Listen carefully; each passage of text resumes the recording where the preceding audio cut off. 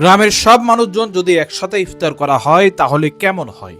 আজকে এমনই একটা আয়োজনের গল্প শোনাবো আপনাদের, যেখানে গ্রামের সব মানুষ একসাথে ইফতার করে সুন্নতি তরিকায়, অর্থাৎ এক প্লেটের ইফতার ভাগ করে খায় 4 জন।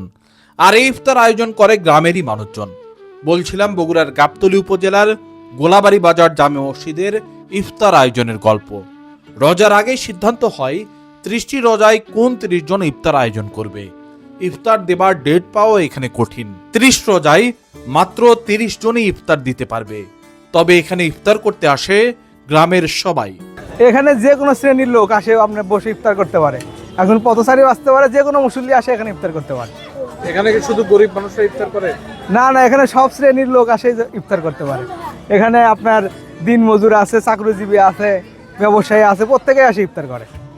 শুধু গ্রামের না, মসজিদটা যেহেতু মফস্বল বন্দরের লোকজনও ইফতার করে এখানে। ইফতারের আগে আগে খাবার এসে হাজির হয়।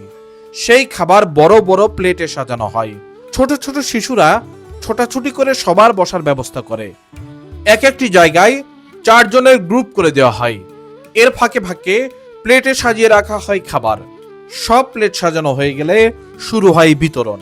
ইফতারের আগে সবাই মিলে মোনাজাত, তারপর আজান দিলে একসাথে ইফতার করে সবাই নামাজে হাজির হয়।